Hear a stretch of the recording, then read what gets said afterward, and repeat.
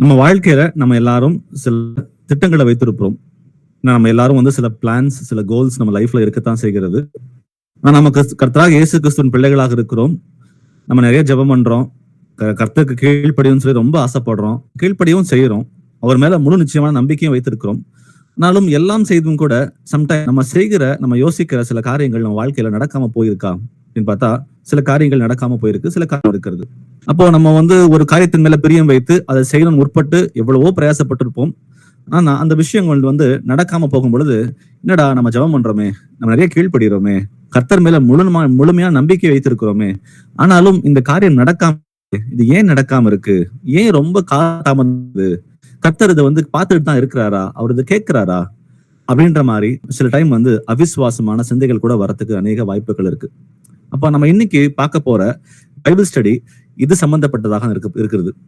நம்ம வாழ்க்கையில எவ்வளவு திட்டங்கள் வேணா போடலாம், ஆனா எல்லாத்துக்கும் அது கர்த்தருடைய அப்ரூவல் இருந்தா மட்டும்தான், கர்த்தர் அது வந்து அங்கீகரித்தால் மாத்திரம் தான் நம்ம வாழ்க்கையில நடப்பிக்க முடியும் அப்படின்ற காரியங்களை குறித்து நம்ம தியானிக்க போகிறோம்.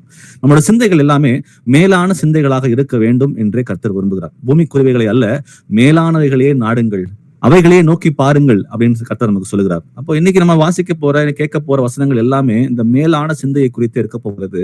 அதுக்கு அடிப்படையான முதல் வசனத்திலிருந்து வாசிக்க கேட்போம். ஐசையா 55 அதிகாரம் வசனம் 8 முதல் 9 வரை. என் நினைவுகள் உங்கள் நினைவுகள் அல்ல, உங்கள் வழிகள் என் வழிகளும் அல்லவென்று கர்த்தர் சொல்லுகிறார். பூமியை பார்க்கிலும் வானங்கள் எப்படி உயர்ந்திருக்கிறதோ அப்படியே உங்கள் வழிகளை பார்க்கிலும் என் வழிகளும், உங்கள் நினைவுகளை பார்க்கிலும் என் நினைவுகளும் உயர்ந்திருக்கிறது. ஆமேன், ஆமேன். சோ என் நினைவுகள் உங்கள் நினைவுகள் அல்ல அப்படின்னு தான் இங்க வந்து வார்த்தைகள் நமக்கு ஆரம்பிக்க கேட்கிறோம். நாங்க இப்போ நமக்கு நிறைய பிளான்ஸ், நம்ம வாழ்க்கையில திட்டங்கள் நிறைய நம்ம தீட்டுறோம். அது நடைமுறைக்கு சில காரியங்கள் வருகிறது, சில காரியங்கள் வராமல் போகிறது. ஆனா கர்த்தர் தான் அந்த பாதையை உறுதிப்படுத்துகிறார் என்ற வார்த்தைகள் நம்ம வாசிக்கிறோம். அப்ப இந்த வசனங்கள் சொல்கிறது பிரகாரமாக நம்ம நினைவுகள் எதுவா இருந்தாலும் சரி, நம்ம வழிகள் எதுவா இருந்தாலும் சரி, கர்த்தர் சொல்லுகிறார், உங்கள் வழிகள் என் வழிகளும் அல்ல. பூமியை பார்க்கிலும் வானங்கள் எப்படி உயர்ந்திருக்கு அப்படியே உங்கள் வழிகளை பார்க்கிலும் என் வழிகளும், உங்கள் நினைவுகளை பார்க்கிலும் என் நினைவுகளும் உயர்ந்திருக்கிறது அப்படின்னு சொல்லி கர்த்தர் சொல்றார். தேவன் நம் வாழ்க்கையில நம்ம எல்லாருக்கும் பர்சனலா, உங்களுக்கும் எனக்கும் எல்லாருக்குமே வந்து தனிப்பட்ட முறையில ஒரு திட்டம் வைத்திருக்கிறார். அந்த திட்டங்கள் எப்படி இருக்கிறதாம் இந்த வசனத்தின்படியாக, அது வான பரியந்தம், பூமியை பார்க்கிலும் வானங்கள் எப்படி உயர்ந்திருக்கிறதோ அப்படியே உங்கள் வழிகளை பார்க்கிலும் உங்கள் நினைவுகளை பார்க்கிலும் எனக்கு எல்லா காரியங்களும் உயர்ந்திருக்கு. அப்போ மனுஷனுடைய அறிவு, என்னுடைய அறிவும் உங்களுடைய அறிவும் முதல்ல குன்றியது.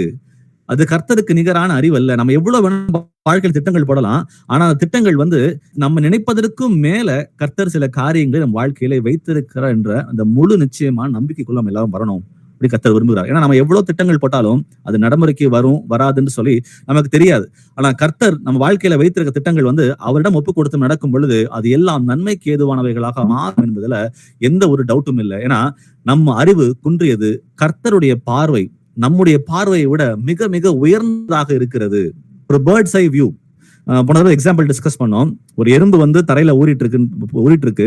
அது போகிற வழி வந்து அடுத்த ஸ்டெப் என்னன்னு சொல்லி அதுக்கு தெரியாது.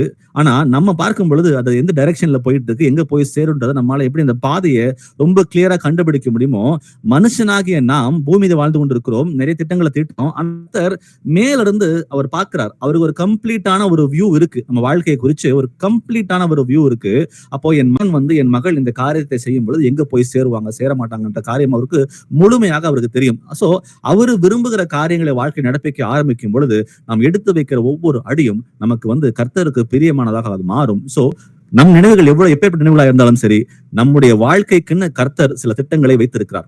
அந்த திட்டங்கள் வந்து ஒரு சாதாரணமான திட்டம் அல்ல. புரிஞ்சுக்கணும் நீங்களும் நானும், இது ஒரு சாதாரணமான ஒரு திட்டம் அல்ல. ஏன்னா கோடி ஜனங்கள் இந்த பூமியில வாழ்றாங்க. அதுல வந்து மிக தான் கர்த்தரை அறிந்த பிள்ளைகள் நாம் எல்லாரும் வந்து சேர்க்கப்பட்டிருக்கிறோம். அப்போ நாம் தான் கர்த்தரையை அறிவுல வளர்ந்து கர்த்தருக்கென்று கனி கொடுக்கிற பிள்ளைகளாக, அவருடைய ராஜ்யத்தை கட்டி எழுப்புகிற பிள்ளைகளாக நம்ம எல்லாரும் இருக்கிறோம். அப்போ நமக்கு பர்சனலா ஒவ்வொருத்தருக்கும் கர்த்தர் சில திட்டங்களை வைத்திருக்கிறார். அந்த திட்டங்கள் ஒரு சாதாரணமான திட்டம் அல்ல.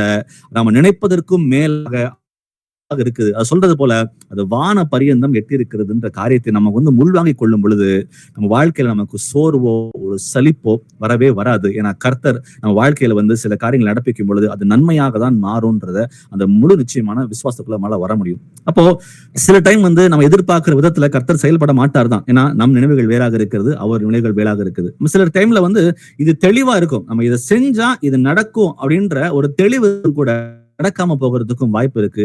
இந்த மாதிரி நடக்காம போகிற சூழ்நிலைகள் வரும் பொழுது நம்ம சரியா தான் இருக்கிறோமா, கர்த்தர் நம்மை கேட்டுக்கொண்டிருக்கிறார்ன்ற டவுட்ஸுக்குள்ள நம்ம வரதுக்கு அநேக வாய்ப்புகள் இருக்கு. நான் இப்ப பார்க்க போற அந்த முதல் தலைப்பு, கர்த்தருடைய அனந்த ஞானத்தை பற்றிய உணர்வு நம்ம எல்லாருக்கும் வரணும். அவர் அனந்த ஞானம் உள்ளவர் தான், நம்ம எல்லாருக்கும் தெரிஞ்சும் கூட. ஆனா நம்ம வாழ்க்கை அப்படின்னு வரும் பொழுது பாத்தீங்கன்னா சில டைம் அவிசுவாசம் நடக்குது. நான் தான் செய்யணும், நான் தான் இந்த காரியத்தை எடுத்தேன், நான் தான் முடிச்சாகணும், தன்னை மேன்மைப்படுத்தக்கூடிய தன்னை சாக்கூடிய வாழ்க்கை சூழ்நிலைகள் நமக்கு உருவாக்குறதுக்கு நிறைய வாய்ப்புகள் இருக்கு. சோ அது வேண்டாம். ஏன்னா கர்த்தர் அனந்த ஞானம் உள்ளவர், அவரால் செய்யக்கூடாத காரியம் ஒன்றுமே இல்லை, எல்லாம் அவர் கண்களுக்கு முன்பாக நிர்வாணமாக இருக்கிறது. நம்ம வாழ்க்கைக்குன்னு ஒரு பெரிய திட்டத்தை வைத்திருக்கிறார்ன்ற அந்த உணர்வுக்குள்ள நம்ம எல்லாரும் வரணும். அந்த உணர்வுக்குள்ள வரணும்னா கர்த்தர் நம் வாழ்க்கையில் நடப்பிக்கக்கூடிய காரியங்கள் எல்லாமே அது நன்மையானதாக இருக்குன்ற நம்பிக்கைக்குள்ள நம்ம எல்லாரும் வரணும்னு பார்க்கிறோம். அப்போ மனிதனோட ஞானம் குறை உள்ளது, உங்களுக்கும் எனக்கும் உள்ள ஞானம் அது குறை உள்ளது. கர்த்தருடைய ஞானம் அது வான பரியந்தம் எட்டி இருக்குது என்பதை நாம் உணர்வு பிள்ளைகளாக இருக்கணும். அப்போ நம்ம ஒரு உண்மையான பாதுகாப்பு, இப்ப நம்ம சில காரியங்களை பிளான் பண்றோம், நம்ம வாழ்க்கையில ஒரு திட்டங்கள் தீட்டும் பொழுது எதுக்குன்னா நம்ம லைஃப்ல ஒரு பிரச்சனை இல்லாம இருக்கணும், நம்ம செய்கிற காரியங்களை நமக்கு எந்த இடர்களும் வரக்கூடாது, நம்ம சமாதானத்தோடும் சந்தோஷத்தோடும் இருக்கணும் தான் நம்ம எல்லாரும் சில காரியங்களை திட்டங்கள் தீட்டுறோம். ஆனா நம்முடைய அறிவு குறைவாக இருப்பதால் நம்ம என்ன பண்றோம், அந்த திட்டங்கள்ல தீட்டி நம்ம செய்யும் பொழுது அது நடக்காம போகும் பொழுது நமக்கு ஒரு பாதுகாப்பு இல்லாம ஒரு மனசஞ்சலுக்குள்ள ஆங்ஸைட்டி, ஒரு டிப்ரெஷன், இந்த மாதிரி நிறைய காரியங்களை போய் விழுந்துடுறோம். ஆனா கர்த்தர் அனந்த ஞானம் உள்ள தேவன், அவர் என் வாழ்க்கையில சில காரியங்கள் நடப்பிக்க போகிறார் என்ற அந்த உணர்வு நமக்குள்ள வரும் பொழுதுனா நமக்கு அவர் நடப்பிக்கிற ஒவ்வொரு காரியமும் நமக்கு ஒரு பாதுகாப்பாக முடியும். ஆனா அவரை சார்ந்திருக்கும் பொழுது நமக்கு முழுமையான பாதுகாப்பு உண்டு. ஏன்னா கர்த்தர் ஞானம் உள்ள தேவனாக இருக்கிறார் அப்படின்ற உணர்வு நமக்கு வரும் பொழுது அந்த பாதுகாப்பு வளையத்துக்குள்ள நாமும் வரத்துக்கு அது உறுதியாக ஏதுவாக இருக்கும். வாசிக்கலாம் நீதிமொழிகள் 3ஆம் அதிகாரம் வசனம் முதல் 7 வரை. Proverbs 3:5-7. உன் சுய புத்தியின் மேல் சாயாமல் உன் முழு இருதயத்தோடும் கர்த்தரில் நம்பிக்கையாய் இருந்து உன் வழிகளில் எல்லாம் அவரை நினைத்துக்கொள், அப்பொழுது அவர் உன் பாதைகளை செவ்வைப்படுத்துவார். நீ உன்னை ஞானி என்று எண்ணாதே, கர்த்தருக்கு பயந்து தீமையை விட்டு விலகு. ஆமென். ஆமென். அப்போ ஆரம்பிக்கும் போது வசனம் சொல்றது சுய புத்தியின் மேல் சாராமல். அப்போ நானும் நீங்களும் ஒரு காரியத்தை சிந்தித்து அதை செயல்படுத்தி நான் தான் இதை செய்யணும்ன்ற அந்த எண்ணத்துக்குள்ள வர வேண்டாம். ஏன்னா அது கர்த்தருக்கு பிரியமானது அல்ல. ஏன்னா கர்த்தர் விரும்புகிறது அவரை சொந்த ரட்சகராக ஏற்றுக்கொண்டு வாழுகிற ஒவ்வொரு பிள்ளையும் அவரை மாத்திரம் சார்ந்திருந்து வாழணும்னு தான் கர்த்தருடைய சித்தம். அதான் இந்த வசனம் சொல்லுகிறது, சுய புத்தியின் மேல் நீ சாராத, உன் முழு இருதயத்தோடும் கர்த்தரில் நம்பிக்கையா இருந்து. அப்போ என் வாழ்க்கையில கர்த்தர் சில திட்டங்களை வைத்திருக்கிறார். வாசிச்சேன், இப்போ ஏசாயால நம்ம வாசிக்க கேட்டோம், உன் வழிகள் வேறு என் வழிகள் வேறு, பூமியை பார்க்கிலும் வானங்கள் எப்படி உயர்ந்திருக்கிறதோ அப்படியே உங்கள் வழிகளை பார்க்கிலும் என் வழிகளும் உங்கள் நினைவுகளை பார்க்கிலும் என் நினைவுகளும் உயர்ந்திருக்கிறது. கர்த்தர் நமக்கு திட்டம் வைத்துக் கொண்டிருக்கும் பொழுது நம்ம முழு இருதயத்தோட கர்த்தர் மேல் நம்பிக்கையா இருக்கும் பொழுது அவர் அதை நடப்பிப்பார் அப்படின்றத விசுவாசத்துக்குள்ள வரணும். நான் கர்த்தர்கிட்ட சொல்லியிருக்கிறேன், ஆனா அவர் கேட்கல, இது நடைமுறைக்கு வருமா வராதா அப்படின்ற கேள்விகளை கேட்க ஆரம்பிச்சோம்னா நமக்குள்ள அவிசுவாசத்துக்கு நம்ம இடம் கொடுக்க ஆரம்பிச்சோம். அப்போ விசுவாசம் இல்லாமல் தேவன் பிரியமா இருப்பது கூடாத காரியம். உங்களுக்காகவும் எனக்காகவும் வானத்திலிருந்து இறங்கி ஒரு மனிதனாக அவதரித்து அவர் சொல்றாரு, உயிரையே கொடுத்திருக்கும் பொழுது நமக்கு நன்மையான காரியங்களை அவர் செய்யாம இருக்கிறதுக்கு வாய்ப்புகளே இல்லை என்பதை நம்ம புரிந்து கொள்ள வேண்டும். அவர் சொல்றாரு, உன் முழு இருதயத்தோடு கர்த்தரில் நம்பிக்கையா இருக்கணும். அப்போ சில காரியங்களை திட்டங்களை தீட்டிட்டு ஆண்டவரே இதை உங்ககிட்ட ஒப்பு கொடுக்குற ஆண்டவரே, இது சரியா இருக்குமா, சரியா இருக்குதா, நீங்க இது நடப்பீங்கன்னு சொல்லிட்டு அவர் என் வாழ்க்கையில எது அனுமதிச்சாலும் அது என்னுடைய ஆத்மாவுக்கும் என்னுடைய ஜீவனுக்கும் அது நன்மையான காரியமா தான் இருக்குன்ற அந்த முழுமையான நம்பிக்கையோடு இருந்து கொண்டு 6ஆம் வசனம் சொல்லுகிறது, உன் வழிகளில் எல்லாம் அவரை நினைத்துக்கொள், அப்பொழுது அவர் உன் பாதையை செவ்வை பண்ணுவார். அப்போ இந்த வழிகளில் எல்லாம் அப்படின்னு பார்க்கும் பொழுது நம்ம எல்லாருமே ஜென்ரலா ஒரு பெரிய முடிவு எடுக்கும் பொழுது என்ன பண்ணுவோம், ஆண்டவரை ஒப்பு கொடுத்துட்டு ஆண்டவரை இதை செய்யலாமா வேண்டாம் ஆண்டவரே நீங்க சொல்லுங்க ஆண்டவரேன்னு சொல்லி கேட்டு முடிவெடுப்போம். ஆனா அந்த மாதிரி இந்த வசனங்கள் எழுதப்படவே இல்லை. இந்த வசனம் சொல்லுகிறது, உன் வழிகளில் எல்லாம். அப்ப நம்ம செய்கிற சின்ன காரியமோ அது பெரிய காரியமோ அது எதுவாக இருந்தாலும் சரி, என் சுய புத்தியின் மேல் சாராமல் கர்த்தர் மீது முழுமையான முழு இதயத்தோட நம்பிக்கை வைத்து நாம் செய்கிற ஒவ்வொரு காரியத்திலேயும் அவரை நினைத்து கொண்டு ஆண்டவரே நீங்க செவ்வாய் பண்ணுங்க ஆண்டு சொல்லி கேட்கும் பொழுது அந்த பாதைகள் உறுதிப்படும் என்பதை இந்த வசனங்கள் மூலமாக நம்ம புரிஞ்சுக்கிறோம். அப்ப 7ஆம் வசனம் சொல்லுகிறது, நீ உன்னை ஞானி என்று எண்ணாதே. அப்ப நான் எப்ப என்ன ஞானி என்று எண்ணுகிறேன்? நான் என்னால முடியும், எனக்கு அறிவு இருக்கு, என்னால சாதிக்க முடியும், என்னால முடியாதது ஒன்றுமே இல்லை அப்படின்ற கர்த்தர் மீது அந்த நம்பிக்கை இல்லாமல் தன் மீது நம்பிக்கை வைக்கிற அந்த பெருமை கொண்ட அந்த இருதயத்தை குறித்து இங்கே பேசப்படுகிறது. வசனம் 7 பிரகாரமாக உன்னை ஞானி என்று எண்ணாதே அப்படின்னா, நீ பெருமைக்குள்ள போகாத, தாழ்மை உள்ளவனாக இரு, கர்த்தருக்கு பயந்திரு, தீமையை விட்டு விலகு அப்படின்னா அந்த பெருமையான எண்ணங்களை விட்டு விலகு என்று கர்த்தர் இந்த நேரத்துல நம்ம ஒவ்வொருவருக்கும் நமக்கு சொல்லுகிறார். ஏன்னா அவர் விரும்புகிறது அவருடைய மகளாக வாழ்ந்து முழுமையாக அவரையே சார்ந்திருந்து அவருக்கு டிபெண்டா இருக்கணும். செய்கிற ஒரு சிறு குழந்தை எப்படி பெற்றோர்களிடம் டிபெண்டா இருந்து தனக்கு வேண்டியவர்கள் எல்லாவற்றையும் கேட்டு கேட்டு கேட்டு செய்கிறதோ அது போல நாம் கூட சிறு பிள்ளைகளாக மாறி கர்த்தரிடம் எல்லாவற்றையும் கேட்டு கேட்டு அவருக்கு பிரியமானதை மாத்திரம் நடப்பிக்க வேண்டும், அவரையே சார்ந்திருக்க வேண்டும் என்று கர்த்தர் விரும்புகிறார். இந்த வசனங்கள் மூலமா வாசிப்போம். ரோமர் 11ஆம் அதிகாரம் வசனம் 33. ரோமன்ஸ் 11:33. தேவனுடைய ஐஸ்வர்யம், ஞானம், அறிவு என்பவைகளின் ஆழம் எவ்வளவாய் இருக்கிறது! அவருடைய நியாய தீர்ப்புகள் அளவிடப்படாதவைகள், அவருடைய வழிகள் ஆராயப்படாதவைகள். ஆமென். ஆமென். இந்த இடத்துல பவுல் எழுதும் பொழுது அப்படின்னு சொல்லி ஆரம்பிக்கிறாரு. அவர் ஆச்சரியப்பார், பிரமிக்கிறார். கர்த்தருடைய ஞானத்தை குறித்து பிரமித்து எழுதும் பொழுது சொல்றாரு, தேவனுடைய ஐஸ்வர்யம், ஞானம், அறிவு என்பவைகள் ஆழம் எவ்வளவா இருக்கிறது, அவருடைய நியாய தீர்ப்புகள் அளவிடப்படாதவைகள், அவருடைய வழிகள் ஆராயப்படாதவைகள் அப்படின்னு சொல்லி பாக்குறாரு, இங்க எழுதுறாரு. அப்போ இது ஒரு பெரிய பொக்கிஷம். தேவனுடைய ஞானம் அப்படின்றது அது அளவே இட முடியாது, அது ஒரு பெரிய பொக்கிஷமாக இருக்குது அப்படின்னு சொல்லிட்டு அவர் பிரமிக்கிறார் இந்த இடத்துல பவுல் எழுதும் பொழுது. அப்போ கர்த்தருடைய முடிவுகள், அவரை நம்ம வாழ்க்கையில் நடப்பிக்க சில காரியங்கள் நம்ம புரிதலுக்குள்ள வராம கூட இருக்கலாம். நம்ம என்னடா இந்த மாதிரி ஒரு சூழ்நிலை இருக்குது, இது கர்த்தருக்கு பிரியமான சூழ்நிலையா இல்ல அவருக்கு பிரியம் இல்லாத சூழ்நிலையா, ஏன் என் வாழ்க்கையில அனுமதிச்சிருக்கிறார் அப்படின்ற ஒரு புரிதலுக்கு நம்ம வரத்துக்கு அப்பாற்பட்டது. ஏன்னா அவருடைய அனந்த ஞானம் அப்படின்ட்டு பாக்குறோம். அப்போ ஒரு மனுஷனை உருவாக்கி அந்த மனுஷனுக்கு ஜீவ சுவாசத்தை கொடுத்து இப்ப இன்னைக்கு இருக்கிற காம்ப்ளிகேஷன்ஸ் பாத்தீங்கன்னா இந்த உடம்புக்குள்ள எவ்வளவு இன்ட்ரிகேட்ஸ், எவ்வளவு காம்ப்ளிகேஷன்ஸ் இருக்கு. இதெல்லாம் கர்த்தர் சாதாரணமாக அவர் உருவாக்குனது. அவருடைய ஞானத்துக்கு, அவர் அறிவுக்கு அளவே இல்லை. அவர் அப்பேற்பட்ட தேவனாக இருக்கிறார். அப்போ அதுக்கு அந்த தேவனின் அறிவு எவ்வளவு ஆழமானது என்பதை இந்த வசனங்கள் நமக்கு ரொம்ப கிளியரா அவர் பவுல் எழுதும் போது அவர் பிரமித்து எழுதுகிறார் என்று பார்க்கிறோம். அப்போ இவ்வளவு ஞானமுடைய தேவன் அவர் சொல்ல ஐசையால, உன் வழிகள் வேறு, என் வழிகள் வேறு, உன் வாழ்க்கையில எனக்கு அநேக திட்டங்கள் இருக்கிறது, அந்த திட்டங்கள் வான பரியந்தம் எட்டி இருக்குது, நீ அறிவு குறைவுள்ள மனுஷனாக இருக்கிற, நீ உன் சுய புத்தியின் மேல் சாராத, நீ என்ன மட்டும் சார்ந்திரு, என் மேல் நம்பிக்கையா இரு, நீ எது செய்தாலும் என்னை கேட்டு நீ செய், அப்போ உன் பாதைகள் உறுதிப்படும் அப்படின்னு சொல்லி கர்த்தர் நமக்கு ஒரு சிறு குழந்தைக்கு கற்பிப்பது போல நமக்கு கற்பிக்கிறதுக்கு அவர் ரெடியா தான் இருக்கிறார். ஆனாலும் மனுஷனாக இருக்கிற நாம் வசனம் இப்பதான் வாசிச்சோம், நீதிமொழிகள் 3ஆம் அதிகாரம் வசனம் 7, நீ உன்னை ஞானி என்று எண்ணாதே, கர்த்தருக்கு பயந்து தீமையை விட்டு விலகு அப்படின்னு சொல்லி பாக்குறோம். அப்போ எனக்குள்ள அந்த பெருமையான எண்ணங்கள், என்னால முடியும், நான் தான் செஞ்சாகணும்ன்ற அந்த மாதிரி ஒரு எண்ணத்துக்குள்ள போகாம எல்லாவற்றையும் கர்த்தரிடம் ஒப்புக் கொடுப்போம். ஏனென்றால் அவருடைய ஐஸ்வர்யம், ஞானம், அறிவு என்பவைகளின் ஆழம் எவ்வளவா இருக்கிறது,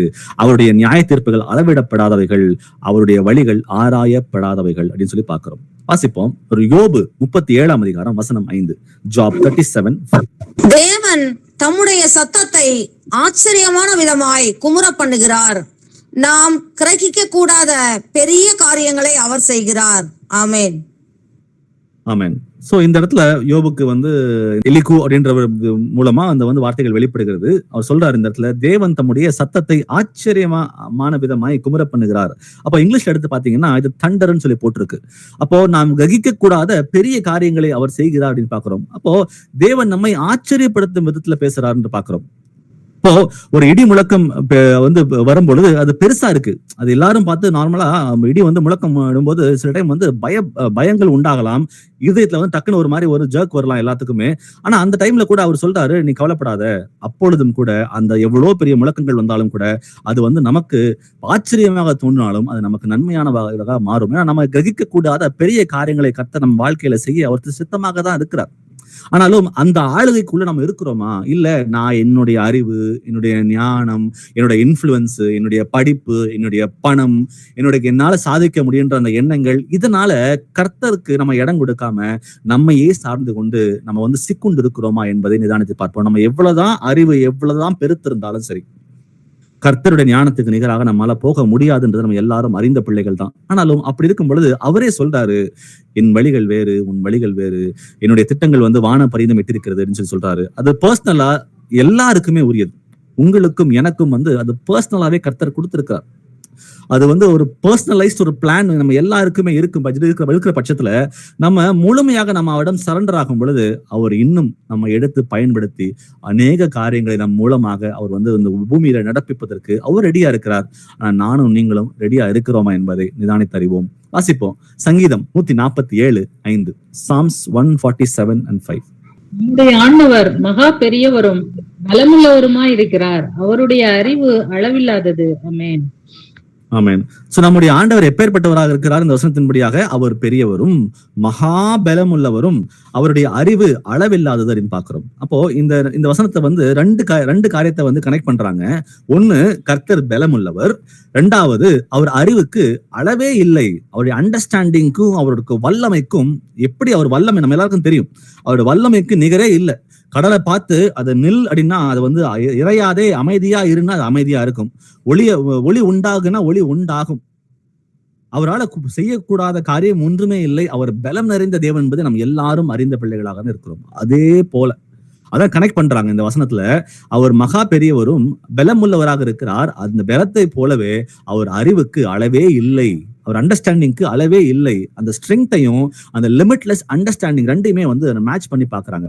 அப்போ இதுல பாத்தீங்கன்னா ரொம்ப முக்கியமானது, நான் வீக்கா ஃபீல் பண்ணும்போது, நான் வந்து ரொம்ப வீக்கா, என்னால முடியல, ரொம்ப கடினமா இருக்கு இந்த சூழ்நிலை அப்படின்னு சொல்லி நான் நினைக்கும் பொழுது இந்த வசனத்தை வாசிக்க கேட்டோம் அப்படின்னா வசனங்கள் சொல்லுகிறது, அவர் மகா பலம் உள்ளவரும் அவர் அறிவுக்கு அளவே இல்லை. அப்போ நம்முடைய சூழ்நிலைகள் வந்து எவ்வளவு கடினமாக இருந்தாலும் சரி, நம்ம வந்து மனம் உடைஞ்சு உட்கார்ந்து இருந்தாலும் சரி, அந்த நேரத்துல இந்த வசனத்தை வாசிக்கும் பொழுது இது நமக்கு வாக்குத்தத்தமாகவே மாறுகிறது. ஏன்னா கர்த்தர் வந்து பலம் உள்ளவராக இருக்கிறார். உன் பலவீனங்களே என் பலன் பூர்ணமாய் விளங்குன்னு சொல்லி சொல்றாரு பாத்தீங்களா. அப்போ நமக்கு பலவீனங்கள் இருந்தாலும் சரி, கர்த்தருடைய கரம் நம்மோட கூட இருந்து, அவருடைய அறிவு நம்மோட கூட இருந்து நம்மை வழிநடத்துக்கு ரெடியா தான் இருக்காருன்னு பார்க்க முடிகிறது. அப்போ நம்மால சில காரியங்கள் நம்மளால எதுவும் செய்ய முடியாதுதான். ஆனா கர்த்தரால் எல்லாம் கூடும். அவரால் கூடாத காரியம் ஒன்றுமே இல்லை. நம்ம என்னைக்காவது ரொம்ப வீக்கா, என்னால முடியல, இதுக்கு மேல என்ன தாக்கு பிடிக்கவே முடியல அப்படின்னு ஒரு வீக்கா எப்ப ஃபீல் பண்ணுவோம்? எங்கெல்லாம் ஃபீல் பண்ணுவோம் பாத்தீங்கன்னா, ஒரு வேலை ஸ்தலத்துல, இல்லைன்னா வந்து குடும்பத்துல கணவன் மனைவியோ, இல்ல வந்து பெற்றோருக்கும் பிள்ளைகளுக்கும் நடுவிலையோ, இல்ல வேற ஏதாவது ஒரு சூழ்நிலையோ, இல்ல உடம்பு வந்து முடியாத இருக்கிற சூழ்நிலையோ, இல்ல உடம்பு சோர்ந்து போய் ஏதோ வியாதியில கஷ்டப்படுற சூழ்நிலைகளோ, இதெல்லாம் வந்து நம்ம ரொம்ப வீக்கா, ரொம்ப பலவீனமா இருக்கிற ஒரு கால சூழ்நிலைகள்.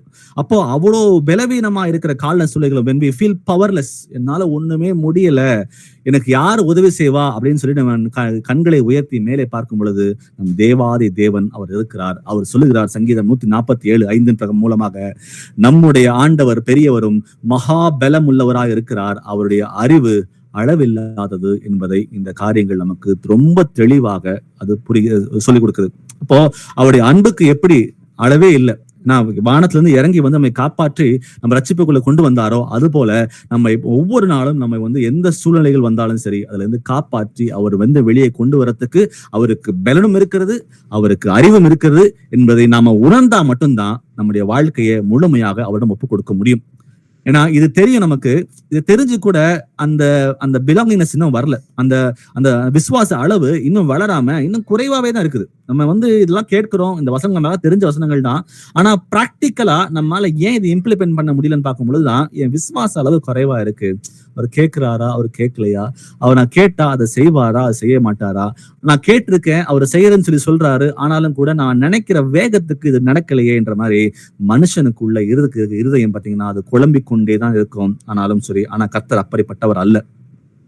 நாம அவரிடம் ஒப்புக் கொடுக்கும் பொழுது நமக்கு எது நன்மையோ அதை நம்ம வாழ்க்கையில அவர் நடப்பிப்பார் என்ற நம்பிக்கை நமக்குள்ள பிறங்க ஆரம்பிச்சு அப்படின்னா நம்ம எதை குறித்தும் கலங்க மாட்டோம். ஏன்னா அவருடைய ஞானத்திற்கு அளவே இல்லை என்று பார்க்கிறோம். வாசிப்போம் எரேமியா 29:11. ஜெரமியா 29:11. நீங்கள் எதிர்பார்த்திருக்கும் முடிவை உங்களுக்கு கொடுக்கும்படிக்கு நான் உங்கள் பேரில் நினைத்திருக்கிற நினைவுகளை அறிவேன் என்று கர்த்தர் சொல்லுகிறார். அவைகள் தீமைக்கல்ல, சமாதானத்துக்கு ஏதுவான நினைவுகளே. ஆமென். ஆமென். நான் உங்கள் பேரில் நினைத்திருக்கிற நினைவுகளை அறிவேன் என்று கர்த்தர் சொல்லுகிறார். அப்போ உங்க லைஃப்ல, என் லைஃப்ல சில பிளான்ஸ் வந்து கர்த்தர் வைத்திருக்கிறார். அவர் திட்டமாக என் மகனுக்கு, என் மகளுக்கு இதுதான் வேணும், இதுதான் வழி, இதுதான் பாதை, இதை வந்து என் மகன் முன்னோக்கி செல்லும் பொழுது, என் மகன் முன்னோக்கி செல்லும் பொழுது அவனுக்கு தேவையான காரியங்கள் நடப்பிக்கப்படும். இது எல்லாமே என்னுடைய அனந்த ஞானத்துக்குள்ள இருக்கிறது. நான் எல்லாவற்றையும் அறிந்தவராக இருக்கிறேன் என்று கர்த்தர் இங்க சொல்லுகிறார். அந்த நினைவுகள், அந்த பிளான்ஸ், அந்த திட்டங்கள் நம்ம வாழ்க்கையில் எடுத்துக்காரு பாத்தீங்களா, அது எப்படிப்பட்ட திட்டங்களா இருக்கிறது அப்படின்னு பார்க்கும் பொழுது அவைகள் தீமைக்கானவைகள் அல்ல, அது சமாதானத்துக்கு ஏதுவான நினைவுகளே. அப்போ உங்க வாழ்க்கையில கர்த்தர் உங்களுக்கு திட்டம் வைத்திருக்கிறார். அந்த திட்டத்தின்படி அது வந்து தீமைக்காக ஒருபோதும் அல்ல, அது வந்து சமாதானத்துக்கு ஏதுவான நினைவுகளே. அப்போ இன்டென்ஷனலா, அப்போ கர்த்தர் வந்து ரொம்ப கேர்ஃபுல்லா உங்க லைஃபை வந்து அவர் பிளான் பண்றாரு. உங்களுக்கும் சரி, எனக்கும் சரி, ரொம்ப இன்டென்ஷனலா. இது வந்து பர்சனலைஸ்டான ஒரு ஒரு ஒரு வசனம் தான் இது. நீங்கள் எதிர்பார்த்திருக்கும்படி உங்களுக்கு கொடுக்கும்படி நான் உங்கள் பேர் நினைத்திருக்கிற நினைவுகளை அறிவேன். அப்ப சில பிளான்ஸை வந்து கஸ்டமைஸ்டா, இதுதான் இந்த மகளுக்கு தேவை, இந்த மகனுக்கு தேவை, இந்த பிளான் வந்து இந்த ஃபிட் ஆகாது, இவங்களுக்கு வேற பிளான் சொல்லி நம்ம ஒவ்வொருத்தருக்கும் பர்சனலைஸ்டா ஒரு பிளான் அவர் வச்சிருக்காரு. அந்த திட்டங்கள் எப்பொழுதுமே சமாதானத்துக்கு ஏதுவானவைகளே. அது இன்னைக்கு வந்து நம்ம கடினமாக படலாம், ஏன்னா நமக்கு அறிவு குறைவுள்ள அறிவாக இருக்கிறது. நம்ம பாக்குறது வந்து அடுத்த ஸ்டெப் என்ன, அதை மட்டும் தான் நம்ம பாக்குறோம். ஆனா கர்த்தர் அப்பேற்பட்டவர் அல்ல. அவர் வந்து தொலைநோக்கு பார்வை உள்ளவராக இருக்கிறார். அவர் வந்து நிறைய காரியங்களை வந்து அவர் வந்து நம்ம கிரகிக்க முடியாத சில நிறைய காரியங்களை அவர் செய்கிறார் நம்ம வாழ்க்கையில. இன்னைக்கு நம்ம கடினமாக தோன்றுகிற அனைத்தும் நம்ம வந்து கர்த்தரை தரிசிக்கும் பொழுது நம்ம எதுக்கு இதை அனுமதிச்சார்ன்ற காரியம் நம்ம வாழ்க்கையில அப்போ வெளிப்படும். அப்போ நம்ம வந்து ஒரு இருளுக்குள்ள உட்கார்ந்துருக்கலாம். இந்த காலம் இப்ப இன்னைக்கு இந்த நிமிஷம் நம்ம வாழ்க்கை நம்ம கண்களுக்கு முன்பாக இருண்டு போய் கூட இருக்கலாம். ஆனாலும் கூட ஒண்ணு புரிஞ்சுக்கணும், இந்த எரேமியா 29:11 படி நான் உன் பேரில் நினைத்திருக்கிற நினைவுகளை அறிவேன், அவைகள் தீமைக்கானவைகள் அல்ல, சமாதானத்துக்கு ஏதுவானவைகளே. அப்போ கர்த்தர் நம்ம மீது அன்பு கூறுகிறார். நம்ம மேல வந்து ரொம்ப இறக்கப்பட்டுதான் அவர் இறங்கி வந்தார் பூமிக்கு. நம்ம மேல ரொம்ப அன்பா இருந்து he cares for us. அப்போ அந்த கேர் பாத்தீங்கன்னா அது சாதாரணமானதல்ல. நமக்கு இருக்கு அது ஒரு ஹோப், நமக்கு ஒரு ஹோப் கொடுக்கிறார். எவ்வளவு திட்டங்கள் தீட்டினாலும் சரி, அவரோட திட்டங்கள் வந்து நம்ம வாழ்க்கை நடப்பிக்கப்பட ஆரம்பிக்கும் பொழுது சமாதானத்தில் தான் அது போய் முடியும் என்பதை நம்ம பார்க்கிறோம். அப்ப இப்ப பார்த்த இந்த 6 வசனங்கள் வந்து மூலமாக நம்ம புரிந்து கொள்றது ஒண்ணுதான், கர்த்தர் வந்து அனந்த ஞானம் உள்ளவர் அப்படின்ற உணர்வு நம்ம எல்லாருக்கும் முதல்ல வரணும். அது வந்துச்சு அப்படின்னா கர்த்தர் என் வாழ்க்கையில் நடப்பிக்கிற ஒவ்வொரு காரியமும் அது சமாதானத்துக்கு ஏதுவாக தான் இருக்கும். ஏன்னா அது தீமைக்கு ஏதுவாக ஒருபோதும் இருக்க போறது இல்லை. அதுக்கு நான் என்ன செய்யணும் அப்படின்னா, என் சுய புத்தியின் மேல் சாராமல் முழு இருதயத்தோட கர்த்தர் மேல் நம்பிக்கை வைத்து நான் செய்கிற ஒவ்வொரு காரியத்திலையும் அவர் கேட்டு அவருக்கு பிரியமா இருந்துச்சுன்னா அதை செய்ய ஆரம்பிச்சுட்டு என் சுய புத்தியின் மேல் சாராமல் பெருமைக்கு இடம் கொடுக்காம நான் என் ஞானி என்று இல்லாமல் கர்த்தருக்கு பயந்திருக்கு மகளாக இருக்கும் பொழுது என் வாழ்க்கையில் நான் எடுத்து வைக்கிற ஒவ்வொரு அடியும் அது கர்த்தருக்கு பிரியமானதாக இருக்கும், அது சமாதானத்துக்கு ஏதுவாகவே இருக்கும் என்பதை இந்த 6 வசனத்தின் மூலமா நான் புரிஞ்சுக்கிட்டோம். அடுத்ததா 2ஆவதா பார்க்க போற தலைப்பு, நம்முடைய திட்டங்கள் நம்ம எவ்வளவு வேணா நம்ம சில கருத்து சொல்லாரு, கேளுங்கள் அப்பொழுது உங்களுக்கு கொடுக்கப்படும் காரியங்களை நம்ம வாசிக்க கேட்கிறோம். அப்போ நம்ம வாழ்க்கையில நம்ம பிளான்ஸே போடவே வேண்டாம் சொல்லி கர்த்தர் சொல்லல. போட்டாலும் அந்த பிளான் வந்து கர்த்தரிடம் ஒப்பு கொடுத்து விட்டு இது அவருக்கு பிடிக்குமா அது பிடிக்காதா, கம்ப்ளீட்டான ஒரு சரண்டர். ஏன்னா நம்ம என்ன பண்ணுவோம், சம்டைம்ஸ் ஒரு பிளான் பண்ணுவோம், பிளான் பண்ணிட்டு ஆண்டவரே இதை நான் பண்ணலான் இருக்காண்டவரே, இதை ஆசீர்வதிங்க ஆண்டவரேன்னு சொல்லிட்டு நம்முடைய எண்ணங்களை அவர்கிட்ட திணிக்கிற பிள்ளைகளாக நம்ம மாறுவோம். அப்போ நம்ம கேட்க ஆரம்பிப்போம். கேட்டுட்டு ஆண்டவரே உங்களோட ஒப்பு கொடுத்தாங்க நீங்க செய்யுங்க ஆண்டவரேன்னு சொல்லிட்டு அவரிடம் ஒப்பு கொடுத்துறோம். ஆனா அந்த காரியம் நடக்காமலே போகும். அப்ப என்ன, அவிசுவாசத்துக்குள்ள நம்ம போக ஆரம்பிச்சிடும். சோ நம் திட்டங்கள் வேறு, அவர் திட்டங்கள் வேறு. அவர் ஒரு பிளான் வச்சிருக்காரு நம்ம வாழ்க்கையில, அதன்படி மாத்திரம் நம்ம போகணுமே தவிர நம்முடைய திட்டங்களை அவரிடம் திணிக்க கூடாது. ஏன்னா அது அவர் விரும்புறதும் இல்லை. ஏன்னா அவருடைய ஞானத்துக்கு வந்து நம்ம வந்து கம்ப்ளீட் பண்ண மால முடியவும் முடியாது. அப்போ கம்ப்ளீட்டான ஒரு சரண்டர் ஒப்பு கொடுக்கும் அப்படின்னு சொல்லி கர்த்தர் விரும்புகிறார். ஆனா நம்மால ஏன் அதை ஒப்பு கொடுக்க முடியலன்னு பார்க்கும் பொழுது, நான் உன்னை விரும்புறேன், இதை செய்யணும்னு ஆசைப்படுறேன், ஆனா கர்த்தர்கிட்ட போய் கேட்டேன்னா அவர் வேணான்னு சொல்லுவாரு, அதனால நான் இதை கேட்கல, ஆனா இதை செய்ய ஆரம்பிச்சிடன்னு சொல்லிட்டு ஒரு இன்செக்யூரிட்டி. ஏன்னா நான் விருப்பப்படுறது வந்து நான் ஆசைப்படுறது என் வாழ்க்கை நடக்காம போயிருமே, நான் எப்படி இதை கேட்டா அவர் வேணான்னு சொல்லிடுவாரு, அப்ப நான் ஏன் அதை கேட்கணும், நானே செஞ்சுக்கிறேன்னு சொல்லிட்டு சில டைம் என்ன பண்ணுவோம், இந்த மாதிரி ஒரு போல்டான ஒரு டிசிஷன் எடுக்கிறதுக்கு நிறைய வாய்ப்புகள் இருக்கு. அப்போ கர்த்தரிடம் ஒப்பு கொடுக்க ஆரம்பிச்சோம்னா நம்ம கண்ட்ரோல்ல ஒண்ணுமே இல்லை, அவர் செய்யற காரியங்கள் தான். அப்போ நம்ம கண்ட்ரோலே இல்லாமலே போயிரும். அப்ப நம்ம வந்து எதை விரும்புறோமோ அதை இழந்து போயிருவோன்ற மாதிரி அந்த பயத்தினாலும் கூட கர்த்தரிடம் நம்ம திட்டங்களை ஒப்பு கொடுக்காம நம்ம இருக்கிறோமா என்பதை நம்ம வந்து யோசித்து பார்ப்போம். இன்னும் பெரிய ஒரு பிரச்சனை என்ன அப்படின்னா, எதிர்காலத்துக்குரிய ஒரு பெரிய கவலை. என்ன நடக்கும், நாளைக்கு என்ன நடக்கும், நாளைக்கு என்ன நடக்கும் அப்படின்ற மாதிரி ஒரு பெரிய கவலைகளுக்குள்ள நம்ம போக ஆரம்பிச்சிடுவோம். ஏன் போக ஆரம்பிக்கிறோம்னா, நம்ம கர்த்தர் வந்து நம்ம விரும்புறதை செய்ய மாட்டாரு, அவர் ஒரு சில விருப்பத்தை வைத்திருக்கிறார், அது எனக்கு வந்து வெளிப்படவும் இல்லை, அது நல்லா புரிஞ்சுக்கவும் முடியல, அது எங்க போய் முடியும்னு எனக்கு தெரியல, நான் பாட்டு என் வேலையை பார்த்துக்கிட்டே இருக்கிறேன்னு சொல்லிட்டு இந்த மாதிரி எண்ணங்களுக்கு போகவும் ஆரம்பிச்சிடறோம். ஆனா கர்த்தர் சொல்றார், நம்ம திட்டங்களை அவரிடம் முழுமையாக ஒப்பு கொடுக்க வேண்டும் என்று விரும்புகிறார். அதை குறித்து சில வசனங்களை பார்ப்போம். நீதிமொழிகள் 16ஆம் அதிகாரம் வசனம் 9. Proverbs 16:9. மனுஷனுடைய இருதயம் அவனுடைய வழியை யோசிக்கும், அவனுடைய நடைகளை உறுதிப்படுத்துகிறவரோ கர்த்தர். ஆமென். மனுஷனுடைய இருதயம் அவனுடைய வழியை யோசிக்கும், அவனுடைய நடைகளை உறுதிப்படுத்துகிறவரோ கர்த்தர். நம்ம எவ்வளவு வேணா நம்ம வாழ்க்கையில வந்து திட்டங்கள் தீட்டலாம், நம்ம வந்து எவ்வளவு பிளான்ஸ் வேணா நம்ம போடலாம், ஆனாலும் வசனம் சொல்லுகிறது அவனுடைய நடைகளை உறுதிப்படுத்துகிறவரோ கர்த்தர்.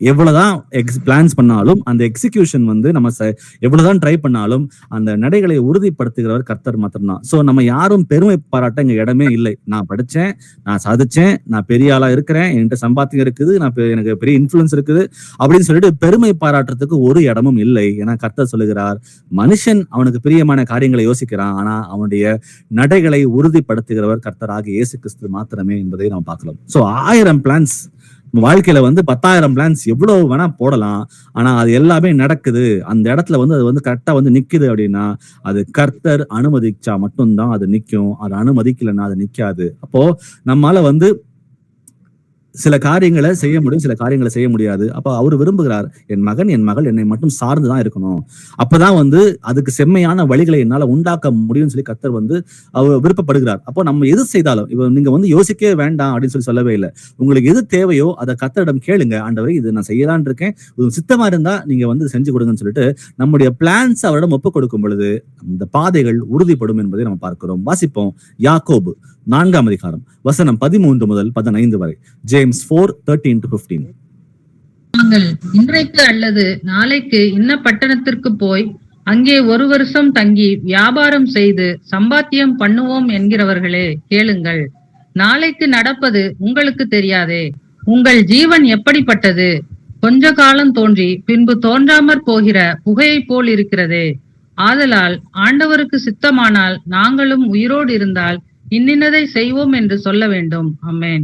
ஆமென். இந்த வசனங்களை பிரேக் பண்ணி பார்ப்போம். முதல்ல அவன் கேட்கிறான் அந்த மனுஷன், மேலும் நாங்கள் இன்றைக்கு அல்லது நாளைக்கு இன்னென்ன பட்டணத்திற்கு போய் அங்கே 1 வருஷம் தங்கி வியாபாரம் செய்து சம்பாத்தியம் பண்ணுவோம் என்கிறீர்களே அப்படின்ற ஒரு குரூப் இருக்கு.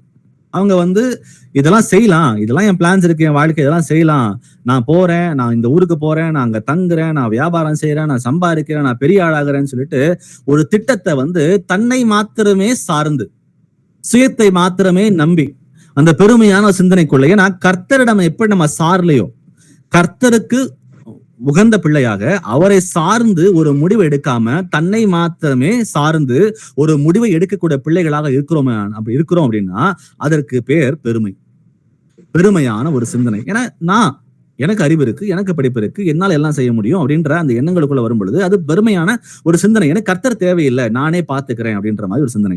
அப்போ அந்த ஜனங்களை பார்த்து கர்த்தர் சொல்லுகிறார், நாளைக்கு நடப்பது உங்களுக்கு தெரியாதே, உங்கள் ஜீவன் எப்படிப்பட்டது, கொஞ்ச காலம் தோன்றி பின்பு தோன்றாமல் போகிற புகையை போல இருக்கிறதே அப்படின்னு சொல்லிட்டு அவர் சொல்லுகிறார். அப்ப நாளைக்கு நடக்க போற காரியங்கள் நமக்கு எதுவுமே தெரியாது. நாளைக்கு முழிப்போமா முழிக்க மாட்டோமா, நம்ம பிளான் பண்ணபடி அந்த மீட்டிங் நடக்குமா நடக்காதா, நம்ம யோசிக்கிறது எல்லாமே வந்து ஆப்போசிட்டா இருக்குமா இல்ல சும்மா இருக்குமா, நமக்கு ஒண்ணுமே தெரியாது.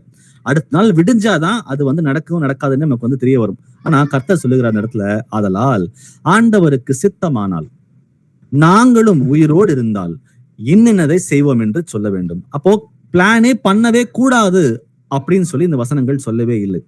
அப்போ நான் ஒரு பட்டணத்துக்கு போறேன், நான் வியாபாரம் செய்யறேன், சம்பாத்தியம் பண்றேன் ஆண்டவரே, ஆனாலும் இது என் சித்தம் இல்ல ஆண்டவரே, உமக்கு சித்தமானால் இது எனக்கு செய்யறதுக்கு நீங்க உதவி செய்யுங்க.